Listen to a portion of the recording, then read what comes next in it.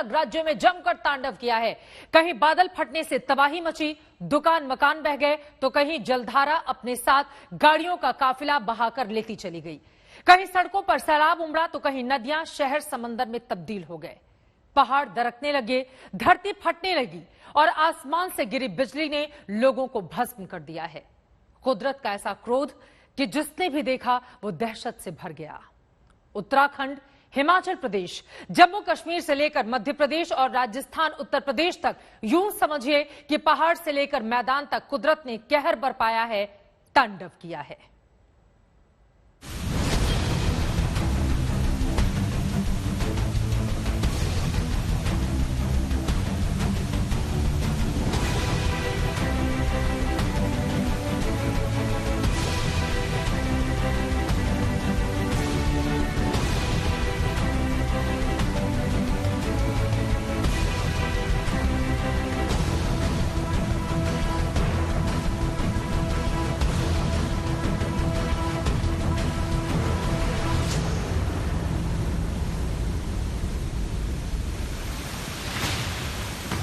बह रहे हैं दर, बह रहे हैं घर, बह रहे हैं नगर। कुदरत के क्रोध से कांप उठा है हिमाचल का धर्मशाला। बादल फटा है और जलधारा तोड़ती जा रही है चट्टानों को, मकानों को, पुलों को, दुकानों को, इंसानों को। बादल फटा है और कुदरत का कंठ क्रोध से कांप रहा है। तिनके की तरह बहती हुई कारों को देखना दहशत से भर देने वाला है। भाग सुनाग के पार्किंग क्षेत्र में कहर बनकर बह रहा है पानी। जलधारा का ये शोर तोड़ रहा है लोगों के हौसले को। पार्किंग में खड़ी कारें एक साथ बहकर यहाँ पहुंची हैं और किसी सूखे पत्ते की तरह बहती आ रही है एसयूवी कार। बहती हुई एसयूवी का लोग वीडियो बनाते हैं और दहशत से चीखते चिल्लाते हैं। चट्टानों को तोड़कर बहती हुई जलधारा सब कुछ चकनाचूर करने पर उतारू है। बादल फटा है और बह रहा है बंटाधार करते हुए। धर्मशाला के चैत्रु गांव में मांझी नदी का ऐसा रौद्र रूप कि जो भी देखे सीने में सिहरन उठे। मांझी नदी अपने साथ इस महिला का मकान बहा ले गई, दुकान बहा ले गई, अरमान बहा ले गई। कुछ नहीं बचा, सब बह गया। हाँ जी, घर बह गया, मेरी गाड़ी, स्कूटर, स्कूटी सब बह गया। पता भी नहीं लग रहा हमारा यहाँ कुछ था अभी। लोग बताते हैं कि बादल फटने से पहले यहाँ 10 दुकान और 5 मकान हुआ करते थे, लेकिन सैलाब ने ऐसा समर मचाया कि सब तहस नहस हो गया। बहा ले गई मांझी नदी लोगों का आशियाना, कमाने का जरिया, सब दरिया दरिया। और 10 दुकानें थी अप्रोक्सीमेटली, 10 की 10 दुकानें और 4-5 मकान थे यहाँ, बिल्कुल बह गए पानी में। अभी जो 8-10 मकान आपको दिखाई दे रहे हैं वो भी जाने वाले हैं। मकानों और दुकानों का बह जाना लोगों के सपनों का बह जाना होता है, गाढ़ी कमाई का बह जाना होता है। लोग बर्बादी का मंजर अपनी आंखों से देख रहे हैं और पूछ रहे हैं कि हे परमेश्वर, ऐसा जुल्म क्यों। अभी जहाँ पर हम लोग खड़े हैं ये एक हमारी ग्राम पंचायत चैतड़ू है। यहाँ पर कुछ एक दुकान है और कुछ घर जो है यहाँ पर बह गए हैं और अभी प्रशासन के साथ यहाँ पर आए हूँ। मौके पे हमारे एसडीएम साहब हैं और साथ में अन्य अधिकारी भी यहाँ पर आए हैं। हम लोग यहाँ पर सारी चीज़ों को देख रहे हैं और इतना भी आश्वस्त कर देना चाहता हूँ, जितना भी नुकसान हुआ है इनको कोई ना कोई रिलीफ के माध्यम से हम लोग राहत जरूर पहुँचाएंगे। इसी धर्मशाला के रक्कड़ में बरसाती दरिया पारावार हो गया है। बादल फटा और ऐसी तबाही मची कि धर्मशाला की सड़क नदी बन गई। कांगड़ा के मटोर इलाके में जलधारा में सब कुछ बहा ले जाने की आतुरता है। इसकी चपेट में जो भी आएगा निश्चित बह जाएगा। हमारा जो ये बहुत हैवी रेनफॉल है, इसकी वजह से बहुत जो डैमेज है वो रिपोर्ट किया गया है विभिन्न पार्ट्स ऑफ डिस्ट्रिक्ट से। इसके अंदर जो कॉल्स हमें भी काफ़ी आई हैं। जो लोग स्ट्रैंडेड हुए हैं उनको रेस्क्यू किया जा रहा है। जिन लोगों के घरों को डैमेज हुआ है वहाँ पे उनको, जो होमलेस रेंडर हुए हैं उनको भी जो रिलीफ है वो प्रोवाइड किया जा रहा है। न जाने कुदरत का क्रोध हिमाचल पर क्यों टूटा है। कि इस क्रोध के टूटने से टूट रहे हैं पहाड़, दरक रही हैं सड़कें। भूस्खलन ने रामपुर नेशनल हाईवे को ठप कर दिया है। यही हाल कुल्लू का भी है। कुल्लू में भी पृथ्वी डोली और धरती फटने लगी। हिमाचल में कुदरत का ये कहर न सिर्फ स्थानीय लोगों को दहशत ज़दा कर रहा है, बल्कि हिमाचल पहुंचे सैलानियों में भी डर भर रहा है।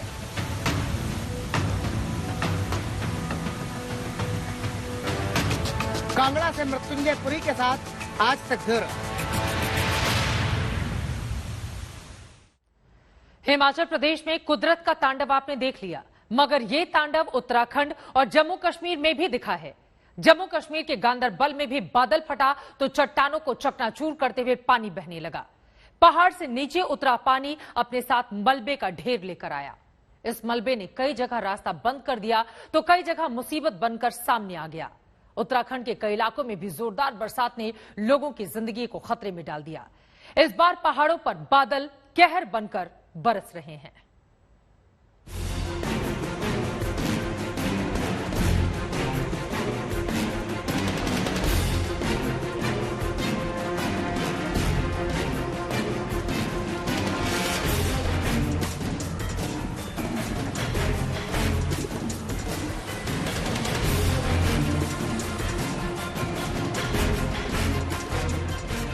पानी का ये शोर दहशत पैदा करता है। दहशत ये कि कहीं बह न जाए आशियाना। दहशत ये कि कहीं बह न जाए जीवन का जतन। दहशत ये कि कहीं कुदरत का क्रोध तबाही का मंजर और गहरा न कर दे।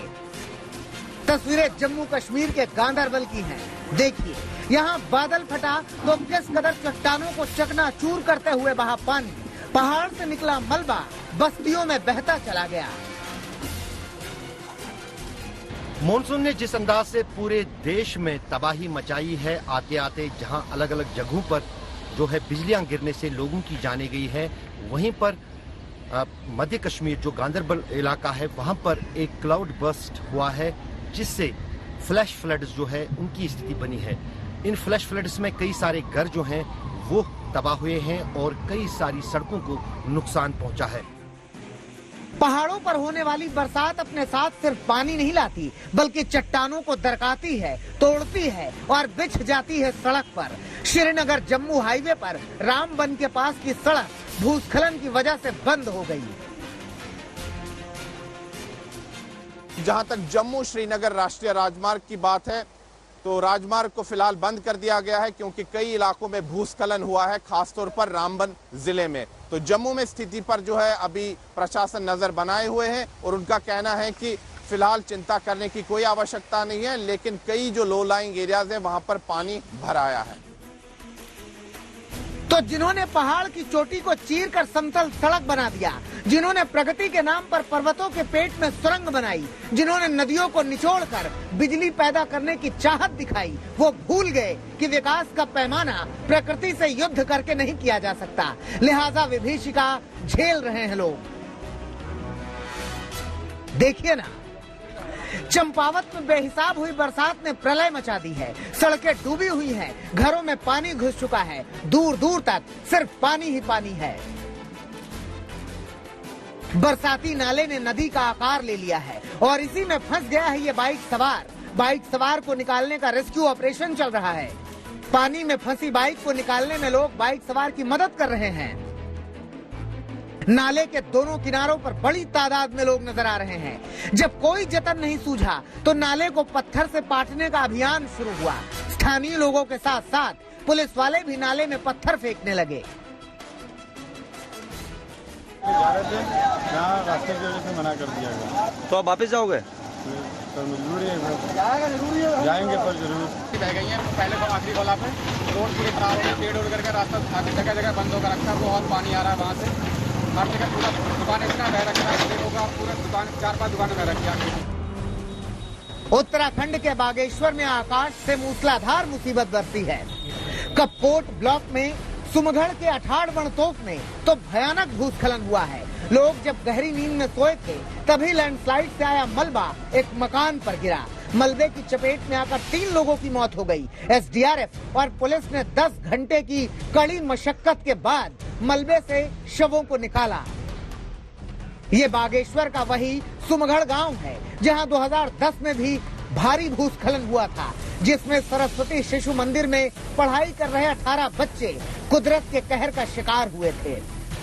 निश्चित तौर पर मैं कहना चाहूंगा कि इस गांव के विस्थापन के लिए सरकार को सुध लेनी चाहिए, क्योंकि 2010 की घटना के बाद भी अगर हम नहीं चेते यहाँ पर को, तो निश्चित तौर पर जगह जगह दरारें यहाँ पर को आ गई हैं। जगह जगह यहाँ पर को लोगों के आवासीय को दीवारों को खतरा हो गया है, मकानों को खतरा हो गया है। तो कहीं ना कहीं सरकार को इसके बारे में गंभीर होने की जरूरत है।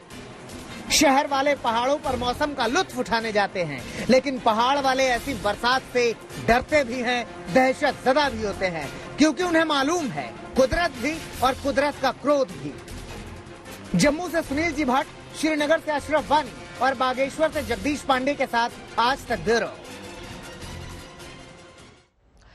पहाड़ों पर तो बादलों ने कोहराम मचाया, मगर मैदानी इलाकों में कुदरत ने वज्र बाण चलाया और कई लोगों को भस्म कर दिया। अलग अलग शहरों में वज्रपात हुआ, बादलों की गरज के साथ आकाशीय बिजली गिरी और तबाही के निशान अपने पीछे छोड़ गई। जयपुर में भी आमेर के किले पर लोग मौसम का लुत्फ उठाने के लिए जुटे थे, मगर किसे मालूम था कि यहां आकाश से मौत बरसेगी, कुदरत का तांडव होगा।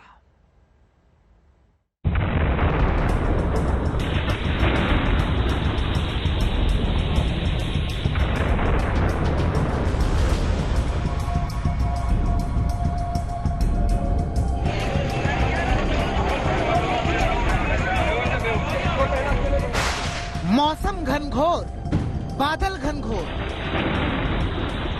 बिजली घनघोर और तबाही घनघोर। राहत की फुहारों के इंतजार में आमेर किले पर चढ़े लोगों को कहां मालूम था कि आकाश से कुदरत वज्रबाण मार देगी और भस्म कर देगी लोगों को। जोरदार धमाके के साथ बिजली कड़की और कुदरत का क्रोध बनकर आमेर के किले पर जा गिरी। बदले मौसम के बीच लोग गर्मी से सुकून के लिए बाहर निकले थे। उन्हें क्या मालूम था कि मौत आकाश में यूं घात लगाकर बैठी है। मानसून की जिस पहली बारिश का इंतजार जयपुर के लोग कर रहे थे, वो आई तो अपने साथ कई परिवारों में तबाही ले आई। रविवार की शाम तेज बारिश के बीच कड़कड़ाती आकाशीय बिजली आमेर के किले में बने वॉच टावर पर जा गिरी।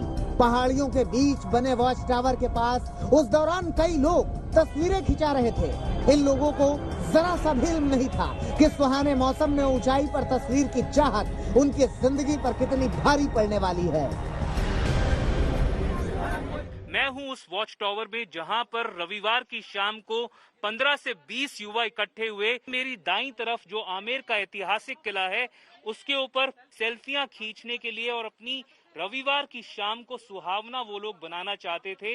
मौसम का लुत्फ उठाने के लिए लोग यहाँ पर इकट्ठा हुए थे, पर जिस तरह से बिजली कड़कड़ाने लग गई और उसके बाद तेज बारिश शुरू हो गई, तो इन लोगों ने यहाँ पर वॉच टावर में शरण लेने की सोची। उसके बाद जिस तरह से आकाशीय बिजली गिरी और जिस तरह का मंजर यहाँ पर मौत का तांडव रचा गया, वो नजारा बिल्कुल ही अप्रत्याशित था।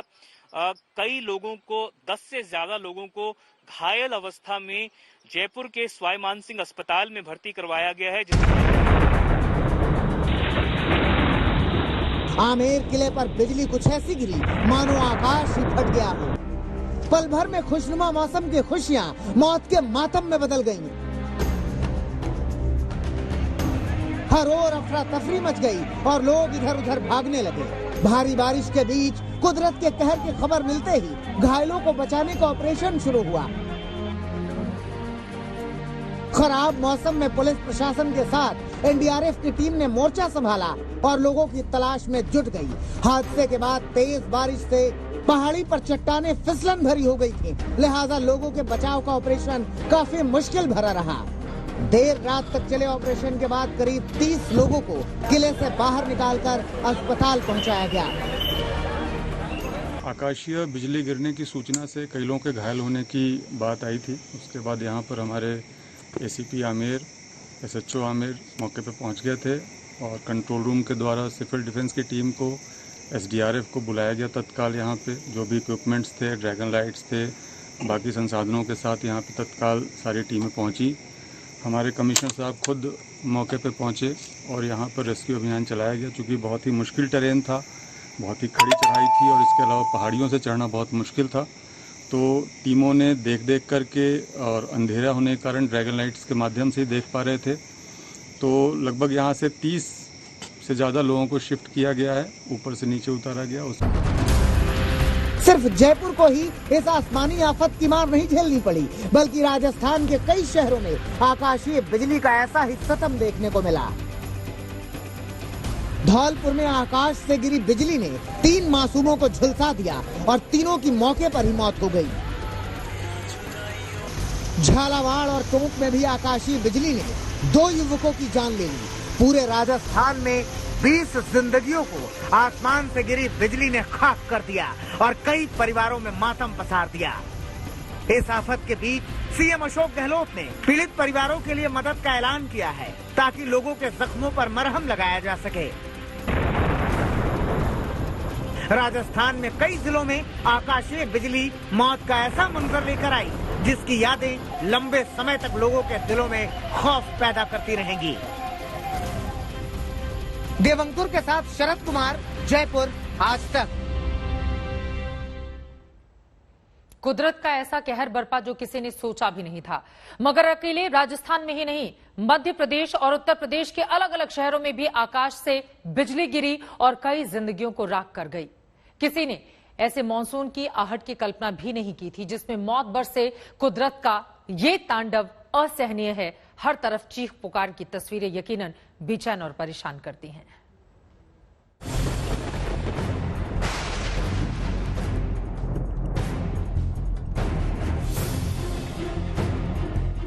बदले मौसम के बीच आकाशीय बिजली का ऐसा कहर बरपा कि कई परिवारों में मातम पसर गया।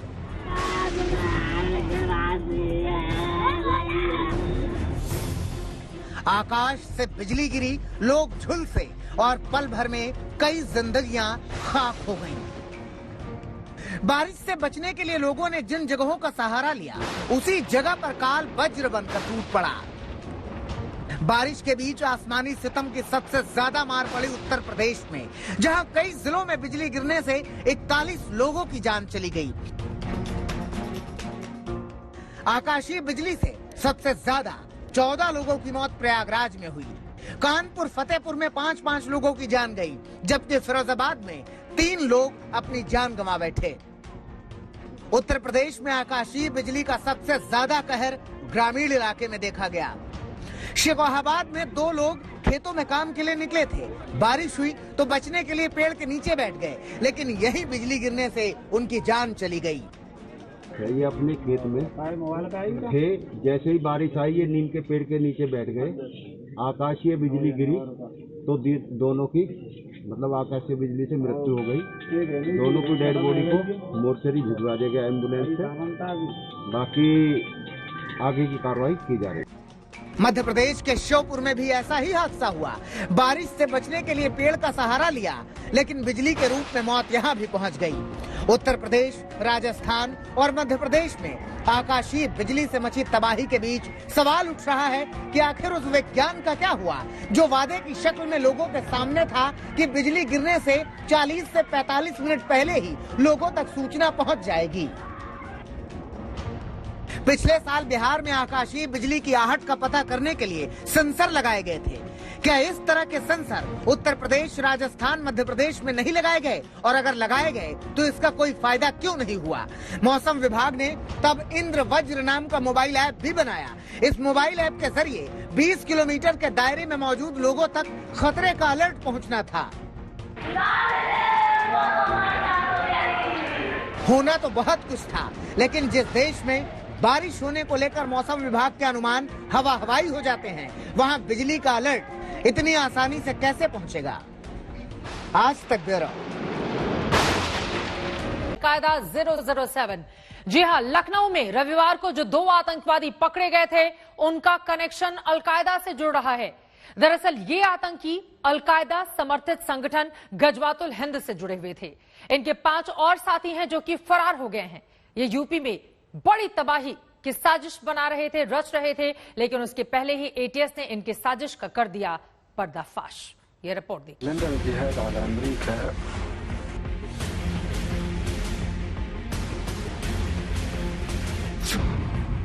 उत्तर प्रदेश में अल कायदा की दस्तक। ये जो अल कायदा का इंडियन सब कॉन्टिनेंट मॉड्यूल है उसके साथ जुड़े हुए थे। उत्तर प्रदेश को दहलाने का आतंकी प्लान। ये लोग किसी भीड़ भाड़ वाले जगह पे या किसी स्मारक पे, ऐसी किसी जगह पे विस्फोट करने की ताक में थे। यूपी में अल कायदा के स्पेशल 7, जी हां, अल कायदा समर्थित गजवातुल हिंद के 7 आतंकवादियों ने उत्तर प्रदेश को दहलाने की पूरी साजिश रच डाली थी, जिनमें से 2 आतंकवादियों को एटीएस ने गिरफ्तार कर लिया है।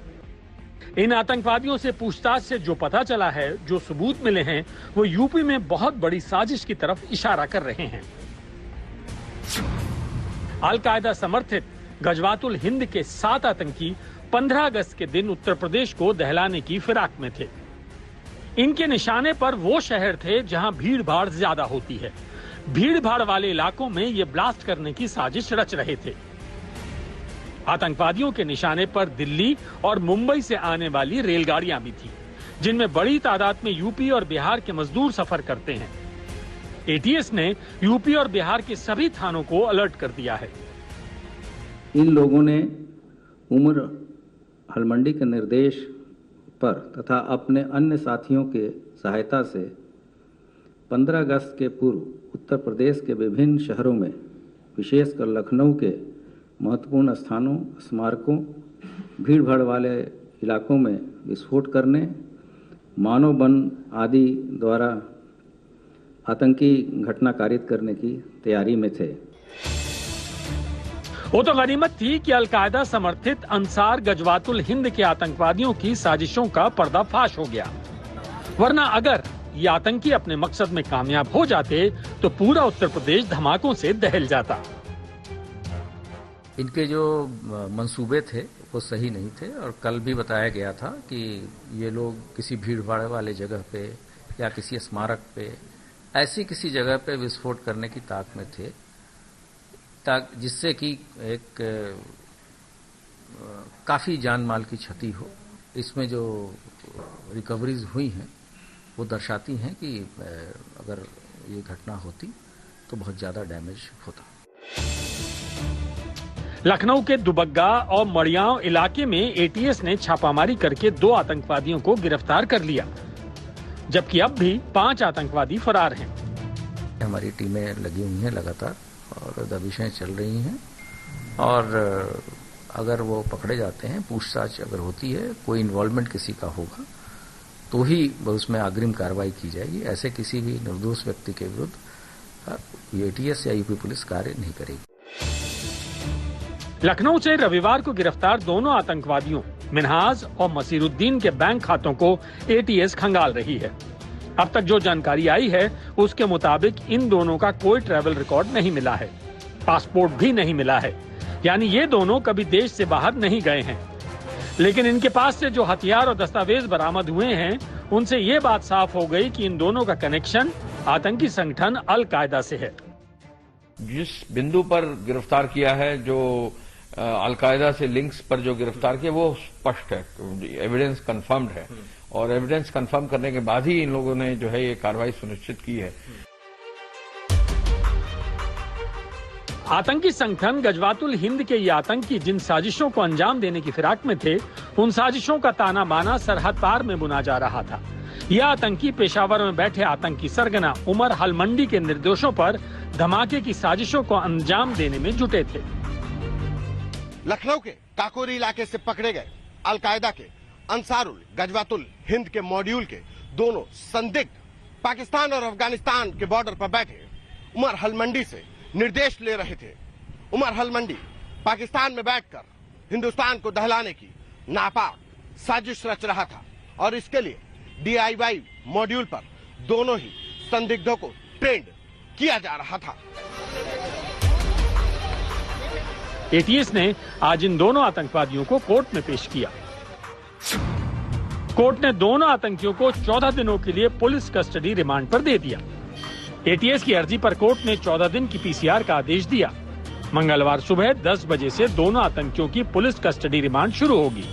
यूपी एटीएस के साथ दिल्ली स्पेशल सेल और अन्य एजेंसियां भी दोनों आतंकियों से पूछताछ करेंगी। अब तक जो जानकारी सामने आई है, उनके मुताबिक ये आतंकी प्रेशर कुकर बम बनाने में एक्सपर्ट थे। इनका इरादा भीड़ भाड़ वाले इलाकों में ब्लास्ट करके बड़े पैमाने पर खून खराबे का था। इस साजिश के सूत्रधार 2 आतंकी तो पकड़ में आ गए हैं, लेकिन एटीएस को तलाश है बाकी 5 आतंकवादियों की जो अब तक फरार हैं। अलकायदा से जिन 2 लोगों के संबंध की बात सामने आई, मिनहाज और मशीरुद्दीन, अब उनके साथियों पर भी एटीएस की कड़ी नजर दिखाई दे रही है। उत्तर प्रदेश के कई जिलों में इस वक्त पकड़ने की कोशिश चल रही है। साथ साथ कानपुर, मुरादाबाद, मेरठ ऐसे शहरों में दबिश दी जा रही है। परिवार वालों को भी हिरासत में लिया गया था, जिन्हें छोड़ा गया है, लेकिन ये पहला ऐसा मामला है जब लखनऊ में अलकायदा से सीधे जुड़े होने के सबूत मिले हैं। होम सेक्रेटरी ने साफ तौर पर कहा है कि उनके पास ऐसे चैट्स मिले हैं जो कि विदेशों से है और उनके पास जो विस्फोटक मिले हैं वो भी अत्याधुनिक हैं। कुमार अभिषेक, लखनऊ, आज तक। लखनऊ में 2 आतंकवादियों की गिरफ्तारी पर राजनीति भी जमकर हो रही है। बीएसपी सुप्रीमो मायावती ने ट्वीट करके कहा है कि यूपी विधानसभा चुनाव से पहले इस तरह की पुलिस कार्रवाई लोगों के मन में संदेह पैदा करती है। पुलिस इतने दिनों तक आखिर क्यों बेखबर रही? वहीं समाजवादी पार्टी के मुखिया अखिलेश यादव ने साफ कर दिया है कि उन्हें पुलिस और बीजेपी सरकार पर भरोसा नहीं है। बगहा में एटीएस का एक ऑपरेशन चल रहा है, उसमें उन्होंने एक घर को घेरा हुआ है। मैं उत्तर प्रदेश की पुलिस पर और खासकर बीजेपी की सरकार भरोसा नहीं कर सकता। अपनी सरकार में आतंकवादियों को छोड़ने वाले अखिलेश यादव जी कल को कहीं ये न कह दे कि इन मासूम को फंसाया जा रहा है तो कोई आश्चर्य नहीं होगा, लेकिन ये बंद करना चाहिए। अखिलेश यादव जी ये आतंकवादी हैं। आतंकियों को मजहब से जोड़ करके तुष्टीकरण की इस नीति पर अब आप कम से कम बंद कर दीजिए और पुनर्विचार कीजिए। देखिए, ये वो लोग हैं जो सुरक्षा एजेंसियों पर नहीं आतंकियों पर भरोसा करते हैं, क्योंकि इनकी जब सरकार थी उत्तर प्रदेश में तो ये कहते थे कि हम अपने इन लोगों पर से मुकदमा उठाएंगे जिनको आतंकी मुकदमों में डाल दिया गया है जेल में, उनसे सहानुभूति रखते थे। तो ये सुरक्षा एजेंसियों पर कहां भरोसा करेंगे उत्तर प्रदेश की। लेकिन हम उन्हें बताना चाहते हैं कि उत्तर प्रदेश में हमारी सुरक्षा एजेंसियां बहुत सतर्क हैं। हम सबको सुरक्षित रखने में उनका पूरा योगदान है। आज बहुत बड़ी साजिश को उत्तर प्रदेश में नाकाम किया है, इसलिए इनका मनोबल तोड़ने का मत क्या कीजिए। क्या पकड़े गए आतंकी सिर्फ मोहरे हैं? क्या इनका कोई और आका है? कहां से होती है इनकी फंडिंग? इस तरह के तमाम सवालों के जवाब अब एटीएस और दूसरी सुरक्षा एजेंसियां इन आतंकवादियों से उगलवाएंगी। उनसे यह भी पूछा जाएगा कि गिरफ्तारी से पहले जो मोबाइल तोड़ा और जिन कागजात में आतंकवादियों ने आग लगाई, उनमें आखिर क्या था?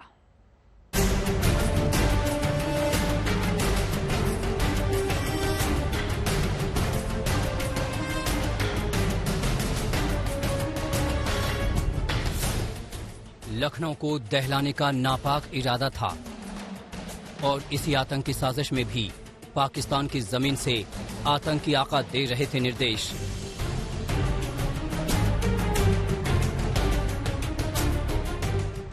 कल एटीएस के एक्शन में मिनहाज पकड़ा गया, मसीरुद्दीन भी गिरफ्तार हुआ।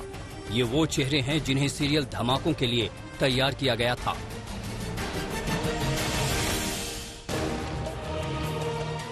सारा फरमान एक एक हुक्म मिल रहा था। लखनऊ में मिनहाज और मसीरुद्दीन मौजूद थे और पूरी साजिश के सिलसिले में उन्हें कमांड मिल रहा था पाकिस्तान अफगानिस्तान बॉर्डर से। वहां बैठा था उमर हलमंडी नाम का आतंकी। इन लोगों ने उमर हलमंडी के निर्देश पर तथा अपने अन्य साथियों के सहायता से 15 अगस्त के पूर्व उत्तर प्रदेश के विभिन्न शहरों में, विशेषकर लखनऊ के महत्वपूर्ण स्थानों, स्मारकों, भीड़ भाड़ वाले इलाकों में विस्फोट करने, मानव बम आदि द्वारा आतंकी घटना कारित करने की तैयारी में थे। वो चेहरा जो यूपी में बारूद सुलगाना चाहता था, उमर हलमंडी का। दरअसल उमर हलमंडी का असली नाम सैयद अख्तर है। माना जा रहा है कि उमर यूपी के संभल का रहने वाला है। दिल्ली पुलिस स्पेशल सेल को भी उसकी तलाश लंबे समय से रही है। उमर हलमंडी अलकायदा से जुड़ गया और अब वो पाकिस्तान की जमीन पर बैठकर हिंदुस्तान को अशांत करने की साजिश रच रहा है। लखनऊ के काकोरी इलाके से पकड़े गए अलकायदा के अंसारुल गजवातुल हिंद के मॉड्यूल के दोनों संदिग्ध पाकिस्तान और अफगानिस्तान के बॉर्डर पर बैठे उमर हलमंडी से निर्देश ले रहे थे। उमर हलमंडी पाकिस्तान में बैठकर हिंदुस्तान को दहलाने की नापाक साजिश रच रहा था और इसके लिए DIY मॉड्यूल पर दोनों ही संदिग्धों को ट्रेंड किया जा रहा था। अलकायदा आतंकी उमर हलमंडी अंसार गजवतुल हिंद नाम के आतंकी संगठन की मदद से साजिशें रच रहा था। में सीमा पार से लोग लगातार यहाँ पर आतंकी गतिविधि करने का प्रयास कर रहे थे। ये मॉड्यूल हम लोगों ने डेवलप किया ATS ने, और इसमें आज जब उस समय बड़ी कामयाबी मिली जब हम लोगों ने अलकायदा समर्थित अंसार गजवातुल हिंद के 2 आतंकवादियों को गिरफ्तार किया। उनके पास से एक IED बरामद हुआ, एक पिस्टल बरामद हुई। इस आतंकी संगठन का नाम पहली बार नहीं आया। लखनऊ की आतंकी साजिश के जिस कश्मीर कनेक्शन की बात हो रही है, अब उसे ठीक ठीक समझिए। 2016 में सुरक्षा बलों ने आतंकी बुरहान वाणी को मार गिराया था। उसी के सफाई के बाद जाकिर मूसा ने इसकी नींव रखी और आतंकी साजिशों को अंजाम देना चाहा। अब अंसार गजवतुल हिंद की मदद से ही अलकायदा अपनी साजिशों को अंजाम देने की फिराक में था। अफगानिस्तान पाकिस्तान की जो ड्यूरंट लाइन है, उसके पास पेशावर और क्वेटा क्षेत्र में, जो कि पाकिस्तान में, वहाँ से रह के इन चीज़ों का संचालन करता है तथा लोगों को वो इंडोक्ट्रिनेट करता है तथा रेडिकलाइज करता है तोड़फोड़ और आतंकी गतिविधियों में शामिल होने के लिए। और इन्होंने ही इनके साथियों ने और इस मॉड्यूल को डेवलप किया। पाकिस्तान अफगानिस्तान बॉर्डर से ब्लास्ट की साजिश रची जा रही थी, लेकिन ATS की मुस्तैदी ने हर साजिश को नाकाम कर दिया। आशीष श्रीवास्तव और समर्थ श्रीवास्तव के साथ कुमार अभिषेक, लखनऊ आज तक।